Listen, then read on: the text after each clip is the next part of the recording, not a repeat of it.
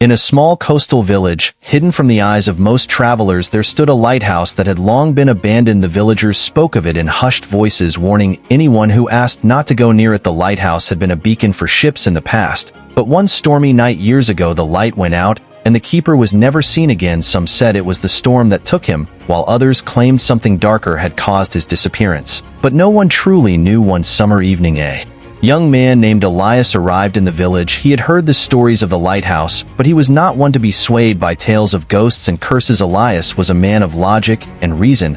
He had come to the village to write, and the lighthouse seemed like the perfect place to find solitude and inspiration. As the sun dipped below the horizon, Elias decided to take a walk along the rocky coastline. The air was cool, and the waves crashed against the shore. In rhythmic patterns, he soon found himself standing at the base of the lighthouse, its towering silhouette casting a long shadow over the land.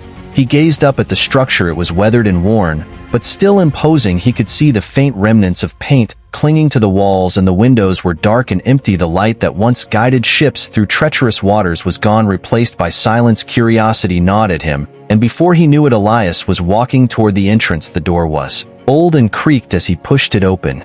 Stepping into the darkness inside, the air was thick with the smell of salt and mildew, and the floorboards groaned under his weight. Elias took a deep breath and reached into his bag. Pulling out a flashlight, he flicked it on, and the beam cut through the darkness, revealing a long staircase that spiraled upward to the top of the lighthouse. He hesitated for a moment, but the urge to explore overcame him, and he began to climb. The stairs were narrow and uneven, but Elias pressed on. The higher he climbed, the colder the air became, and a strange sense of unease settled in the pit of his stomach. The sound of his footsteps echoed off the walls, and the beam of his flashlight flickered, as if the darkness around him was trying to swallow him whole. Finally, after what felt like an eternity, Elias reached the top. He stepped into the small chamber that housed the once grand light, but now only the remnants of the broken machinery remained. The room was littered with dust and debris, and the walls were lined with old wooden panels that seemed to have been untouched for years. Elias walked around the room, examining the broken machinery and the faded charts on the walls. He was about to turn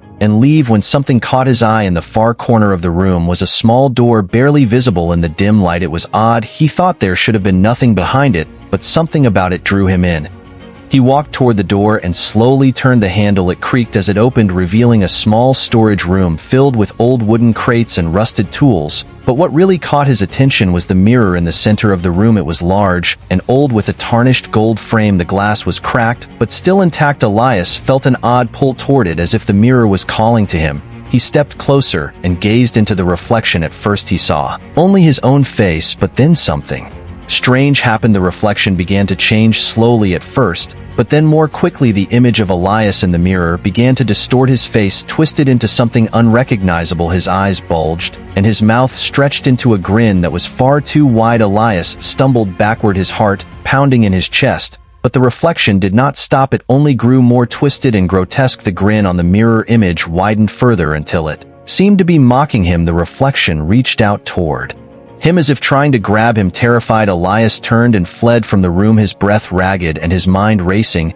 He stumbled down the stairs and out of the lighthouse, but the image of the mirror stayed with him. The twisted grin burned into his mind. When he reached the village, Elias tried to shake off the feeling of dread that clung to him, but it lingered like a shadow. He couldn't escape. He returned to his room at the inn, but he couldn't sleep. The memory of the mirror haunted him every time he closed his eyes. The next day, Elias decided to leave the village, but as he walked toward the dock, he found himself drawn back to the lighthouse. Once again, the pull was irresistible. No matter how much he tried to fight it, he found himself standing at the base of the lighthouse once more. This time, however, he could not ignore the voice that seemed to echo in his mind. It was soft at first, but grew louder as he stared at the lighthouse. "Come inside," it whispered. Elias's heart raced, but he found his legs moving toward the door of the lighthouse. He pushed it open and stepped inside. The familiar darkness enveloped him, but this time, he did not hesitate. He climbed the stairs once more. When he reached the top, the mirror was waiting for him in the same room. Its reflection gleamed in the dim light,